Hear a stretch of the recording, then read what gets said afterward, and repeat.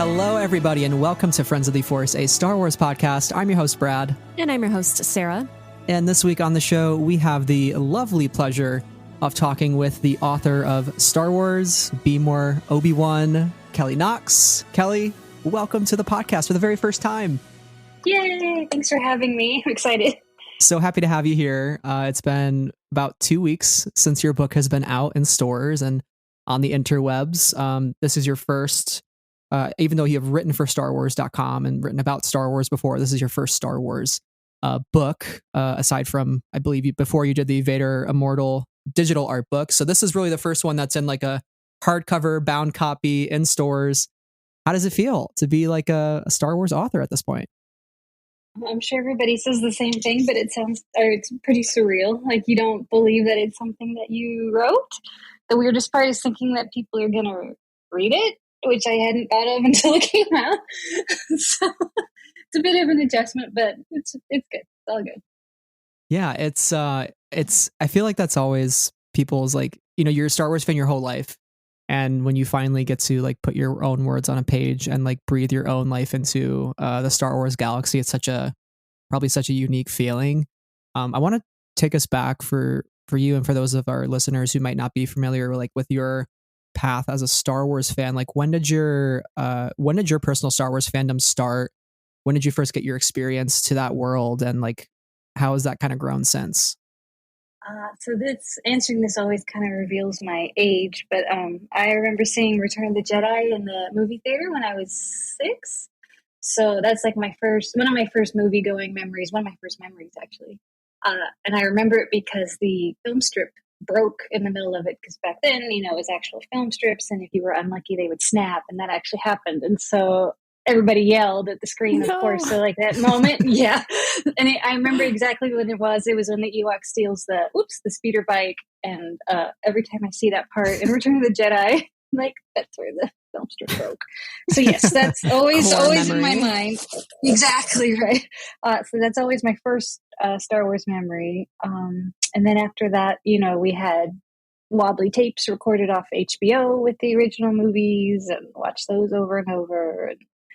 And pretty much stayed a Star Wars fan in childhood, and then but it was a very private thing, because back then girls weren't supposed to like Star Wars, so I didn't really share it with many people. I always got teased when I did. So it wasn't really until maybe college I started, like, you know, talking about it a little more. And at that point, you know, the prequels had started to spin up, and so everybody was sort of a Star Wars fan then. So then it was full steam ahead, and I ended up working on Star Wars Galaxies, the MMO game, and that was my first professional Star Wars work. And then I moved to Seattle and became a mom and a freelance writer, and that's where I'm at now. Huzzah! To this moment. Right here. Yeah, right here. What to writing? And did you always have a passion for writing, or want to be a writer when you were young? I did. I remember, I would say my passion came from a lot of reading, especially as a kid. Like, I was one of those kids who tried to figure out how to read in like the shower with one arm out the shower curtain and trying to wash my hair at the same time. Like, that's how much I was into it. And so I always liked reading. I always liked writing. But when I went to college, it was more of a focus on the reading. My English degree is more on the reading part, and I wish I had taken some writing classes, but I did not plan that well. Not that anybody plans college all that well, but that's how. So I had my English degree, and then after, as soon as I graduated college, I started working as a technical writer, which was very boring, but it was my first professional writing job. What were the things that you were like reading growing up that made you feel like, oh yeah, writing is something that seems like a really fun profession? Was there anything that you were just obsessed with and hyper fixated on as a kid? Because like for me, it was like Lemony Snicket, like that whole series. I loved that as a kid, you know, like, so was there any like core books that really brought you to that point? That's a great question. I do remember reading Stephen King way too early. So I think I read a whole bunch of Stephen King, like starting in middle school. But I also Hopefully read not stuff too much of the like, scary ones that will stick with oh you. yeah, all the scary ones. Yes, The Stand, which is now a terrible, terrible book to read. I don't think I could read it again.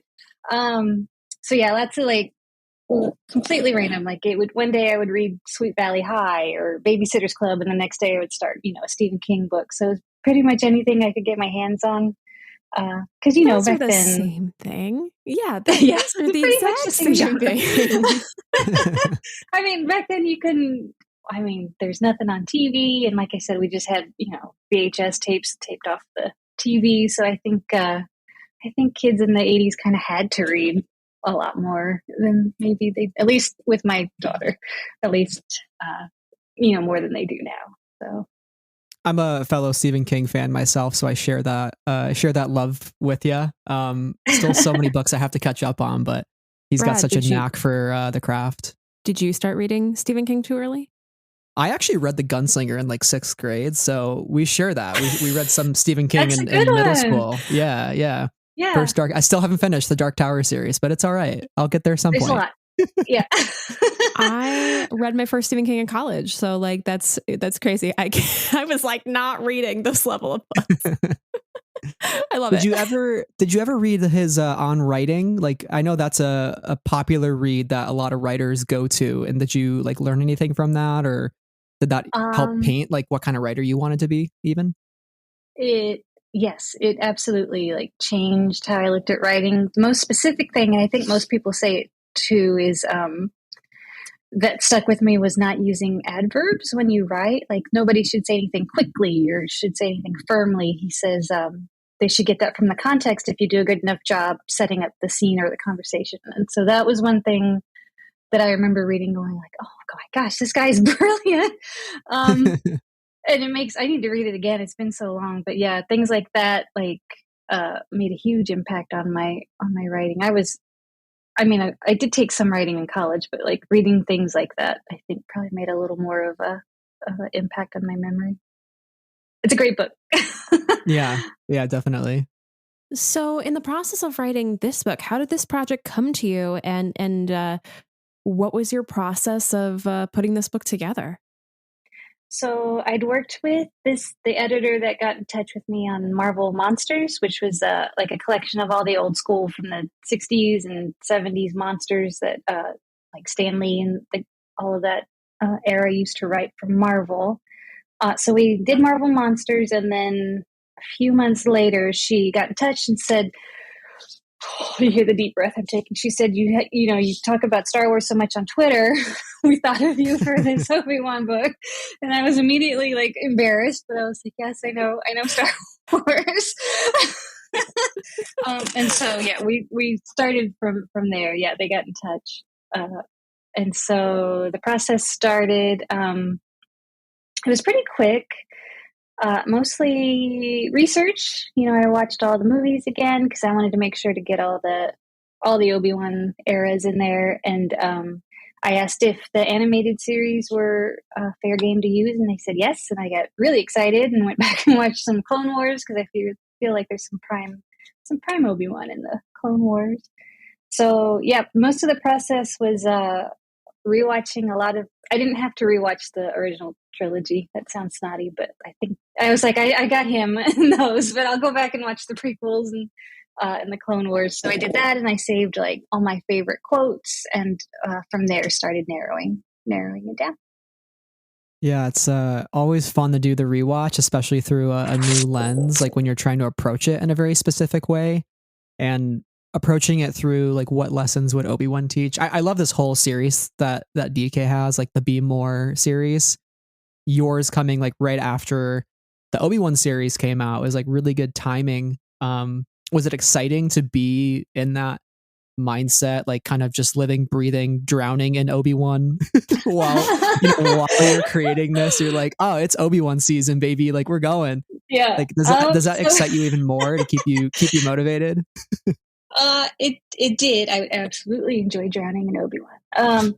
When I was putting it together, yeah, I think when I was putting it together, we knew the series was coming, but I didn't know when or, anything. There hadn't been a trailer or anything yet. So I just knew of it and had the general idea of what it would be about. So, but I was hoping they would come out around the same time. I assumed the book would kind of be around that same time. So yeah, it probably made me a little even more pumped for the series, which I didn't think was possible. So it's like you're an official part of the summer of Obi-Wan. There's such a great slate of like things like between the show and of course Brotherhood and Padawan and the convention exclusive cover of Stories of Jedi and Sith.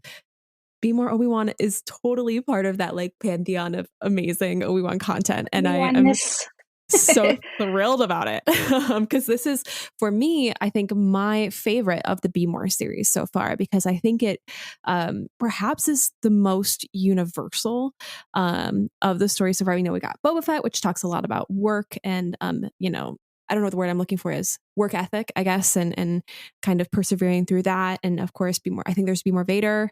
Now I'm getting all these books in my mind. But this one really, I feel like, is talking a lot about being yourself and like perseverance and understanding the situation around you.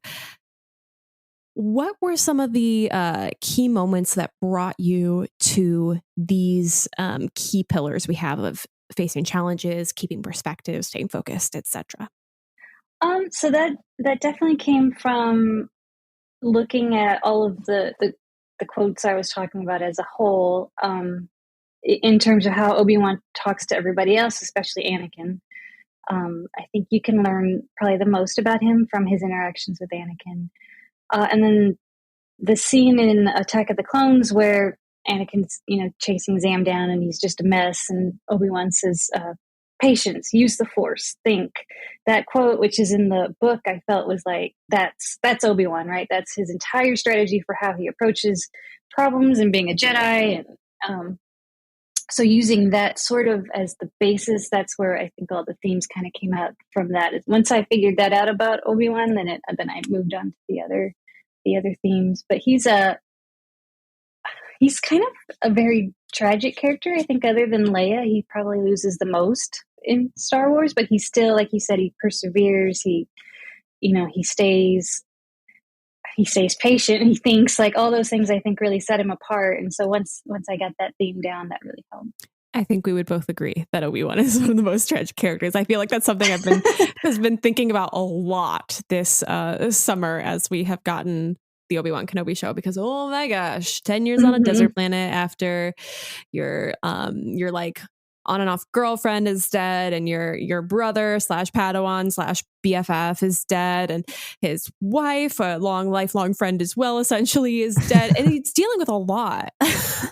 Yeah. And he's just somebody who cares so much. So like within all this like message of perseverance and patience is really, it's all because he has a caring heart behind all of that. And I think that comes through in all of these lessons as well. Yeah, you mentioned too that like Leia and Ben being the tragic characters, and I really love how that came through so clearly in the series, and like people started talking about that, because I think traditionally we think of Obi-Wan and Luke's relationship and that mentorship, but now I feel like in hindsight of the series, like, Obi-Wan's a tragic character that passes on lessons to Leia, who becomes a tragic character who passes on lessons to Poe and Finn and Rey and all them. So it's sort of this like generational teaching that happens with all of these characters. Considering like all the lessons that you put from your own passion and knowledge of Obi-Wan into this book and like coming out of the series, do you feel like there were a couple lessons that really shine through the most on the show that you were kind of like, Leonardo DiCaprio pointing at the screen, you're like, I wrote that? I was nervous the whole time, right? Because I was like, what if something happens in the show that completely undoes like a lesson that I already wrote about? But by the end, I was like, okay, cool. This, he's still Obi-Wan. He might try and say he's Ben, but he's still Obi-Wan. He's still there. I'm not going to face my fears. I'm going to run away from them. Yeah. So he went through that. That's actually the lesson I was going to say. That's the one that had me worried the most, because it's in the book, Luke's quote that confronting fear is the destiny of a Jedi, which is something that I think is what Obi-Wan has to do in the series, because at first we see him running away from Darth Vader in that second or third episode, I can't remember which, and he gives Leia that fantastic analogy of, turning on the light when you're scared, and I kept yelling at the screen, like, just turn on the light, use the Force, Obi-Wan. And I feel like eventually he does choose to like, he goes and he faces Vader, and so I feel like that confronting his fear theme that was in Be More Obi-Wan, I was so happy to see that show up in the series. But yeah, I was totally nervous for a little while. Yeah, Obi-Wan is somebody who, even amongst some of the stories that we're getting now between like Padawan and Brotherhood and the Obi-Wan series, like, I think fear is definitely something that he struggles with and tries to overcome, right? And that's the difference between him and many other characters who give into that fear, like his own Padawan, right? And I think that's some of the beauty and the wisdom of his character, which shines through and how you wrote it in here. That's actually something that I think is easy to forget about Jedi, that I think maybe especially the writers of the High Republic and the writers of the stories that we see now, which is they're scared. Like, Jedi still get scared like everybody else. What matters, like you said, is how they react to it or how they handle it. In Anakin's case, he just goes completely overboard, right? He gives into the fear of losing Padme. So I like the distinction that Jedi feel fear, but they have to confront it and they have to deal with it. There's one thing I love about this book, and as you go through these lessons and you're reading kind of these lessons that you've written, some of them directly relate to Obi-Wan's actions, and some of them are or have examples of the actions of those around him and kind of how he approaches them. One of my favorite, if I may, just quote a little bit here. This is from Remember the Big Picture. For instance, if you see your childhood crush in danger, you might want to abandon your mission and go straight to their rescue. But come to your senses. They'd want you to finish a job and help turn the tide of battle. Not to mention, they can fend for themselves with some quick thinking and their tireless tenacity. This is a great example. I love this. But it's also kind of funny. There's a good laugh in there because, like, what if you just are witnessing your childhood crush? Were you thinking a little bit about, of course, this is like not a real life situation. So I guess the question I'm asking is, like, were you kind of thoughtfully injecting some humor into this? And like, there is a bit of playfulness in some of these examples. And I mean that with nothing but compliments, because it makes the reading experience so much more delightful when you're like, yes, that's not an experience that happened to Obi-Wan, but he definitely responded to it like this. And it makes sense.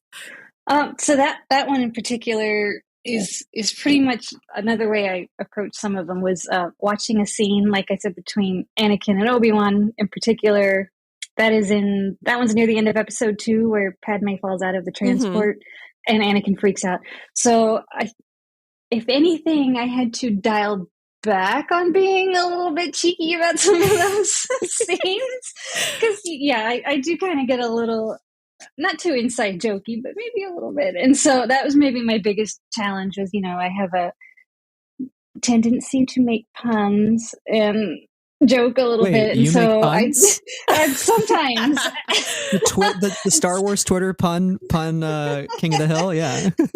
Brad said we had to come with puns to this episode, and I did not prepare. I couldn't think. I'm not good at jokes. I'm not good at memes. So I'm like chronically unfunny. So I did not come prepared. I don't even think my puns could live up to your puns. So that's the thing. No, they could. No, it's just so finding that balance, I think, was a good experience writing this book. The only one I would say that had a personal connection was the who's the fool or the fool who follows him, or who's the more foolish. That one I used to say to myself when I was chasing certain boys growing up. I would tell myself, I would literally look at myself and say, okay, who's being more foolish now, Kelly? And I kind of stop and look at what I was doing a little closer. I don't think I mentioned romance in the book per se.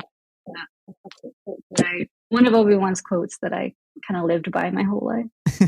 I've got a Star Wars quote that is like specifically my intention in 2022. So I love that.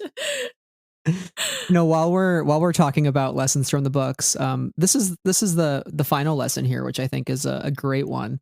Hashtag Don't stoop to their spoilers. level. Hashtag spoilers. Sorry. But we had Brotherhood, which alluded to the Rots novel. We had Shadow of the Sith, which alluded to the Rots novel. And whether or not you meant it, this lesson alludes to the Rots novel. It's just the Rots novel summer. But you say in here, um, you're talking about your enemies and turning your focus inward and like what can you do to make it right, and it says Obi-Wan responds to hate with love, right? And so I immediately thought of like, love can ignite the stars, like one lone candle. And I really love like how you say make the same choice and the force will always be with you, right? So I think that I am a lover when it comes to Star Wars. I want redemption for all characters. I want everybody to hold hands and sing Yub Nub around the campfire at the end of the night, and we all go our merry way, right? And I love that. Like that is kind of what leaves off the book. What do you kind of feel inspired that lesson, and like how do you view love over hate within like Star Wars? So that scene in particular, I think, shows yet again you get the idea of how Anakin is as a person by how he responds to Anakin. And most people, when you're facing somebody who's glaring at you and telling you, they hate you with their whole heart, most people's reaction would probably, yell or "I hate you" back. And I think it was really telling that that's not what Obi-Wan does. And again, that was something I was super curious about in the series, how he would react to seeing Vader, if he still, had that. I don't think he says loved past tense, so I don't know if he would say anything like that again. And I don't think he really did. But the choices I think he makes in the series, everybody said, well, why didn't Obi-Wan just finish him off? And it's obvious that's not who Obi-Wan is. And so I think that lesson in the book and that quote in particular just gives you a lot of insight into Obi-Wan, just as a character and as a Jedi. Because hate is it's a very selfish feeling, and the Jedi are all about selflessness. That's hard to say. And so I think that's why Obi-Wan, and I would say Qui-Gon and only a few other Jedi are just like the pinnacle of what the Jedi could be, because he is one of the most selfless. For sure. I fully agree. The Jedi can be a flawed kind of organization, but at their best, they are people like Obi-Wan who are deeply caring and selfless. And I think have found a new appreciation. Have always loved Obi-Wan, but like have found a newfound appreciation after watching the Kenobi series as well, and like really getting to visualize that 10 in the middle of that 20 years he sat out in the desert, and understand him a little bit better there. You talked a little bit about like being a little bit nervous about the content of your own book versus the series, but in kind of diving into Obi-Wan's character and rewatching aspects or Obi-Wan centric aspects of the whole saga, were you more excited about like the prospect of what could happen in Obi-Wan, and you're like, okay, I've got such a lock on his character, and these are all the things that I want to happen, or not necessarily like in the speculation of that, but did it just make you more excited to go into that series? Yeah, because there's, actors aside, there's very much a difference in Obi-Wan from the prequels to the original trilogy, and all I really wanted from the series is exactly what we got, which is the story of how he got from A to B, how he became Ben Kenobi, and his outlook at outlook on the Empire and all the things that he had gone through in the times that we don't know what he's going through. And so I absolutely love that it wasn't an easy, he's not cracking the jokes at the beginning of the Obi-Wan Kenobi series. Like, you see how sad and lonely, and then to find out that he thinks he killed Anakin for the last 10 years, like, it's heartbreaking.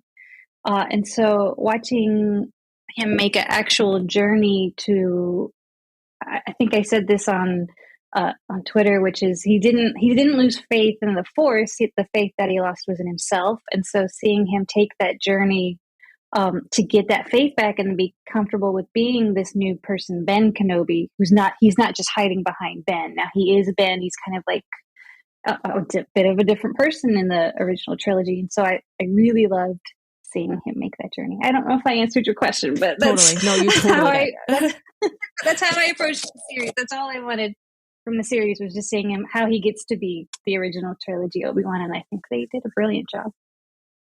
Was there anything while you were writing the book where you thought of Obi-Wan in a new way? Like, because obviously we have our preconceived notions of like what his kind of core lessons would be, like the ones that are very obvious and glaring.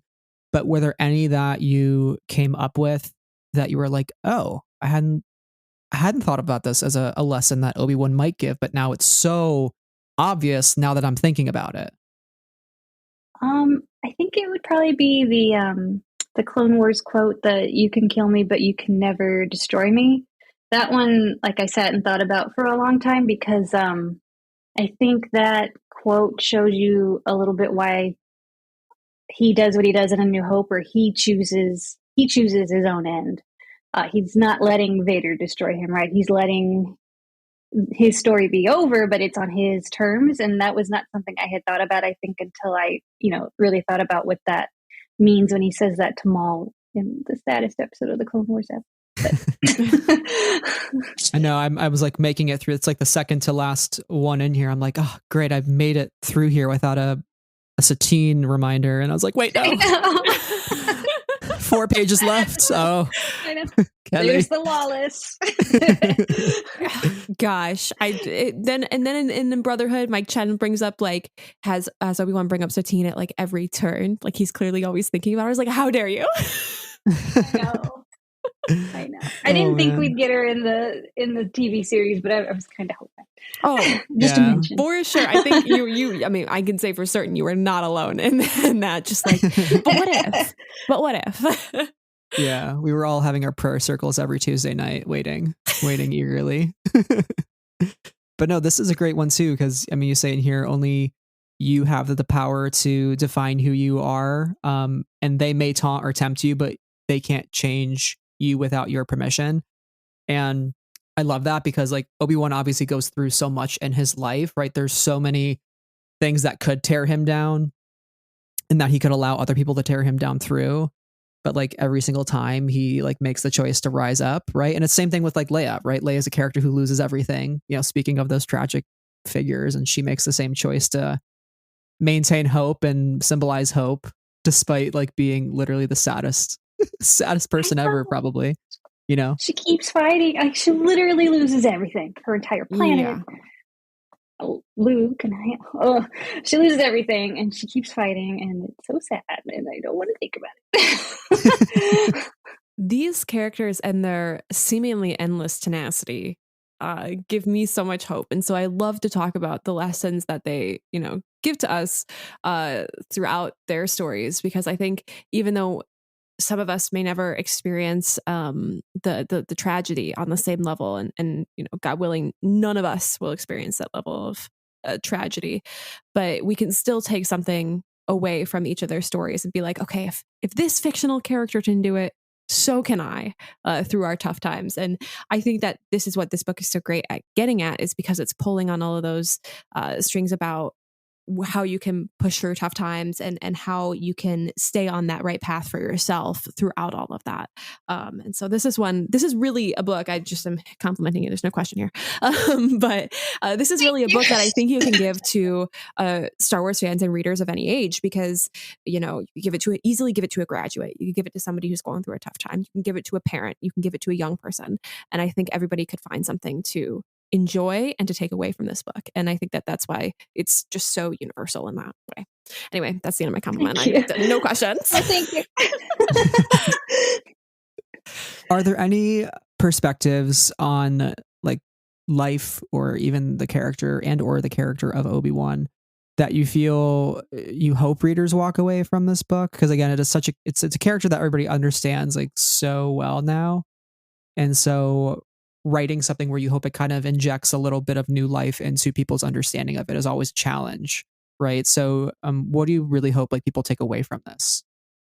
So a couple lessons pretty much deal with the fact that, like I said earlier, Jedi get scared, Jedi fail. And so I think the idea that looking at failure as something that's just a part of the process is a personally very meaningful idea.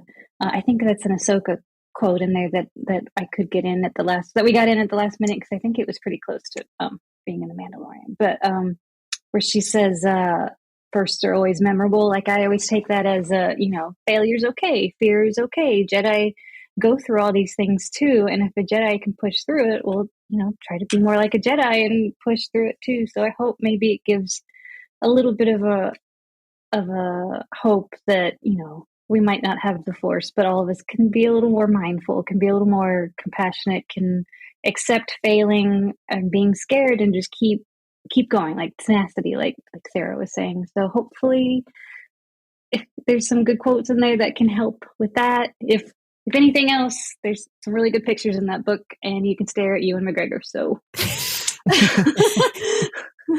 it's a win-win for everybody. Exactly. Great lessons, Ewan McGregor. Give it to the littles. They can't read yet. They'll learn the lessons eventually. But right now, they got Obi-Wan, Ewan McGregor. Lots of pictures of Obi-Wan. Yeah, I feel like too, this book just in like larger life comes at a good time, because we're going through like such like troubled times right now, like with the pandemic and so much going on, right? So I think it's more important than ever to like be mindful and to try to exist in the moment. Because I think there was one point in the book that was talking about like not worrying about the what ifs, but just focusing on like what's kind of in your control. And I think that it's like almost essential now, right? Because there's so many variables that we're dealing with. So I feel like this, like Sarah said, like this is probably my favorite of the bunch with the Be More series. And it's probably a matter of timing more so than anything else, but also the quality of the lessons and like how they're relating to our own life in this moment. So it feels deeply personal on some levels as well. So I guess not really a question like Sarah said, but it's, thank you. Compliment. Some of it is a little bit like not going through the what ifs, like that stuff I've told myself for a long time. So it's really nice to get that, to be able to put that in the book and maybe hopefully help somebody else. I don't know. But yeah, parts of it are personal. I definitely get that. I think that these lessons that we can take away are so applicable. Like that intention I mentioned earlier, it's from Daniel Jose Older's Race to Crashpoint Tower. So it's another Jedi moment, and it's Master Kunpar talking to Ram Jimro, and he goes, you got to have the part for the part and the whole for the whole, and each part for the role it plays, not for what you want it to be, not for it if you fear it to be, but just for what it is. So I have to say, like, that sort of idea of like not giving into the what ifs and not overblowing everything, like, is so incredibly vital to kind of just maintaining your day-to-day ability to exist. And I think that's a super important lesson that this book definitely talks about. So it's appreciated because you're not the only one who kind of deals with that, I think. So, I mean, I do. Here is hence my intention for this year. I will say that I think Obi-Wan gets that from Qui-Gon, and I wish I could have used even more Qui-Gon jokes or even give Qui-Gon his own book, because I think he's the master of the being in the present moment, being mindful, not what ifing. I think that's Qui-Gon 100%. So. All right, DK, you heard it. Here's the next one. Kelly will write it. Jedi in one movie. Please let me write him a whole book.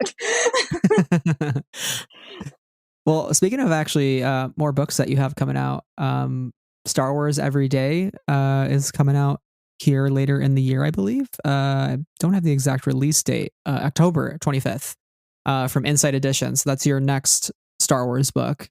Is there anything that you can share about that, or just getting to like have another piece of Star Wars publishing under your belt? So that one was an entirely different experience, because that was with Ashley Eckstein. She was the author, and then I was a co-author doing the crafts, and then another co-author did the recipes. And they were almost all the crafts started with Ashley's ideas, which was really fun and not at all what I'm used to, because for StarWars.com, I have to think of everything from the concept to the construction. But working with Ashley, like, it was really fun to collaborate and work through those ideas. So yeah, it was completely different than Be More Obi-Wan, but it was super fun. And I think there's a few pictures of the book out there, like on bookseller sites, and it's bright and sunny and cheerful, and it's just like Ashley, and it's really fun. And so I'm excited for people to see that one. I think I did 25 crafts for that. So that was a lot of work, but it was a lot of fun. I feel like that's more creative ideas than I have ever had in my life. So props to you. I did see like this cover image of, I believe, like the Kyber crystal necklace. I saw that earlier today. I was like, I love this. And so I cannot wait to dive in and to see of all your incredible crafting work, because I am not all that creative of a person. I'm like, you have a spreadsheet, I can read that. I'm looking forward to diving in and seeing what you guys have cooked up in that book. So it should be, I think, really lovely. It's so cute. I'm not just saying it because I got to work on it. It's really cute. I do want to ask you though, like the StarWars.com crafts that you do are so great. I think didn't you do a High Republic one at one point recently, or you did I forget if you did one recently that was High Republic themed. I did. I don't think you can see them behind me, but I did. The Starlight Beacon bookshelves. One? Yeah. So I did one bookshelf, bookend, gosh, words. And I made Starlight Beacon out of garbage, basically, like bottle caps and a chopstick and straws and whatnot. So, and then put it on the bookend. So that one was really fun. And then I don't know why I keep saying, can you see this? Because it's podcast. But I also made a Lola. She's behind me too. She's made out of paper plates. It's a kid's craft, but I liked her so much I hung her up in my office. So. Yeah, I've been staring at her the whole time. Honestly, like, keep looking over. I'm like, hey Lola. I know. For everyone who's like, I wonder what these crafts look like, you can find them on StarWars.com. If you just search like StarWars.com, Kelly Knox crafts, it will be the first result on Google. So you definitely find them. And those are my too recent. Yep, they should be at the top. Yes, they are. And I cannot believe how good the Starlight Beacon looks. Like, I'm like, yeah, that's totally what it looks like in space. It's so fun. I had a hard time like figuring out how I wanted to orient it, like straight up or crooked or whatever. But it's up to whoever crafts it. Make it how you want. Exactly. That's the fun of it. You can always customize your crafts in whatever way you can. So that's what makes it super creative for every person, I think. Yeah, you said you made the Starlight Beacon from garbage. Very appropriate, considering it becomes sea garbage at one point. So I know it might be a little too soon, but it's like poetry. You're right. I am not joking. I do have a follow up though. What like? Where did all this kind of crafting for you come about? Like, when did you get into it? When did you first pitch this like a couple years ago on StarWars.com and it sort of became like a running thing that you do, or did you just always have a knack for crafting and DIYs? I remember when I worked on Star Wars Galaxies, we had like a stocking contest a Christmas stocking contest in the office, and I made a Wampa stocking, and that was like the first Star Wars craft I ever did. And then I didn't do I wasn't really a crafter. I didn't do much else until my daughter was born, and she was about 2 or 3, and she would wake up at like 5:30 in the morning. And so I would look on Pinterest for like crafts to make, and eventually I got bored with what was on there. So I was like, we could just make this a little Star Wars, just so I'm a little less, a little less bored. And so I started to make my own Star Wars crafts, kind of for her age group, around toddler, preschool, and I shared them online on Twitter. And the editor at StarWars.com, Dan Brooks, saw them, and he sent me a message and said, "Would you be interested in doing some for us at StarWars.com?" And like, yes. I try not to freak out. And then I don't know how many months or how long it took, but eventually after a few crafts, I was like, I have professional writing experience with other kinds of writing if you want more than crafts. And he was like, well, why didn't you say so? And so then I started doing like the more features and interviews and things like that. So that's how it started, was just sharing the crafts on Twitter. It brings such joy. Thank you. I feel like this is the lesson we're learning today, is share your joy and your passion on Twitter, because who knows? Right? Like seriously, because you said, the editor came to you, hey, you like Star Wars. We see it on your Twitter. I mean, just like sharing your passions and being unashamed about the joy that whatever brings you joy, and sharing that with everybody, because the odds are that somebody else has that same joy. Maybe wants to talk to you about it. 100%. That's the same advice I give anybody who wants to get into writing or, being an author. It's awkward and it feels weird, but you have to show what you can do. You have to promote yourself and show it off. And that's not what my intent was at the time, but I know that that's how you get seen. Like you said, you share your joy and it gets noticed. It's a great lesson. Find joy wherever you can find it, especially nowadays. Yes. So we like to wrap up here with some rapid fire questions, and it's not a pop quiz or anything, but just to get to know a little more about you before we close out. So first thing I want to start with is, what is your favorite Star Wars movie? A New Hope. That's the one I watched the most on that VHS tape, and I think I still have it all memorized. It's a classic. Do you have a favorite Obi-Wan moment? It's probably the one we talked about earlier where Anakin says, "I hate you," and he says, "You were my brother, I loved you." Like, because I talked about and rambled about, I think that shows Obi-Wan at his Obi-Wanist. It makes me think of when everybody's like, what's your comfort movie for Star Wars? People are like, Revenge of the Sith. It's like, what's your favorite Obi-Wan moment? The one where he's on the sands and his brother's on fire, but I love it so much. It really speaks to me.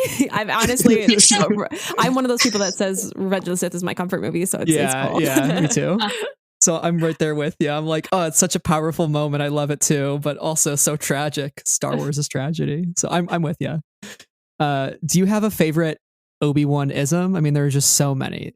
And I feel like it's been the year of Obi-Wan-isms, especially like seeing it pop up everywhere. Probably the "who's the more foolish" line. Because like I said, that one's been around for, as long as I can remember. But the most recent one that's stuck with me is just that whole confrontation with Vader / Anakin in the last episode of Obi-Wan Kenobi. Like, literally could not stop thinking about that conversation for weeks. I think I'm finally over it. But I guess that's more Anakin or Vader's line. I think that was Anakin's line, but the "you didn't kill Anakin Skywalker" line. Oh, I don't think that counts as an Obi-Wanism, but that whole scene is currently like. Well, I stuck guess in my an brain. Obi-Wanism could be Obi-Wan just getting emotionally hurt all the time. So that does count. I mean, that's pretty standard for Obi-Wan. This poor man. Do you have a favorite Star Wars book, fiction, nonfiction, anything besides your own lovely book? I don't think I could name my own book. You totally could. I'm just saying.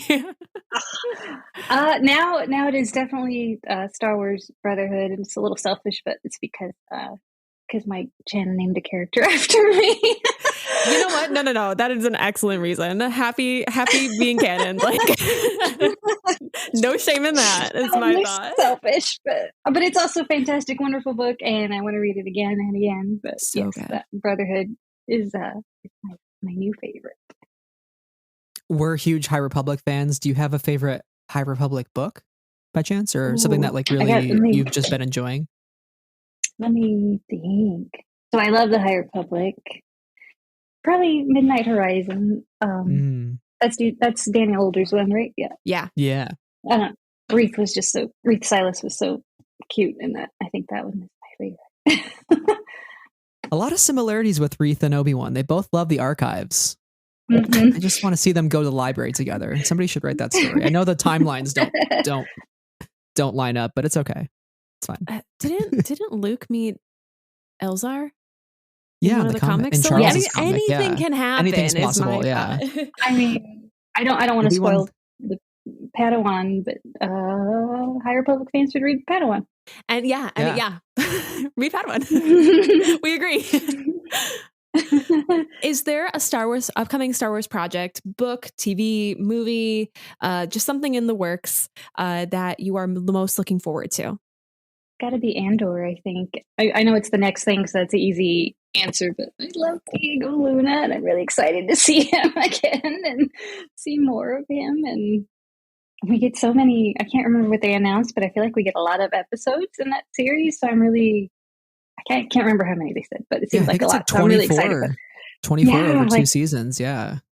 So yeah, super pumped for that. And, I think, I don't think it's going to be anything like we're expecting or like we've seen before. I think it's going to be a little more gritty, or I don't know. I'm excited just from the previews. I'm excited to see maybe a little different story told there. Yeah, I think there's a lot of possibility there, so it should be awesome. Can't go wrong with Diego Luna and Genevieve O'Reilly on my screen. Mon Mothma, it's the Mon Mothma sans. So you just add sans to anything if you're excited. That's the key. That's been our Tony being a Star Wars thing. fan. It's just so bad. It's gonna be the autumn of Mon Mothma.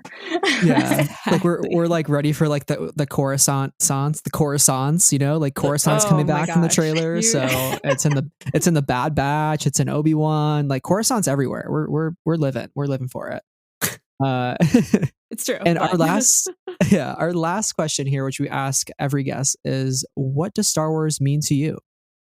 That is a long answer. So I guess ever since I was maybe middle school, high school, somewhere around there, I would listen to the music when I was, feeling scared or sad. And so I think because of that, Star Wars has always meant like a very safe and familiar place for me. And I think it's still like that. Like, yes, it's still, or now it's part of my job. And yes, I talk about it a lot and joke about it a lot, but I think it all comes from that feeling it used to give me of feeling like the good guys are going to win and there's, bad stuff's going to happen, but everything's going to be okay. And so I think that's maybe why we all love the story so much, is because we know the good guys are going to win, which does not always feel like it's the case in real life. And so I think Star Wars is always that for me, that feeling of safety, that feeling of hope, and just a really good story. Perfectly said.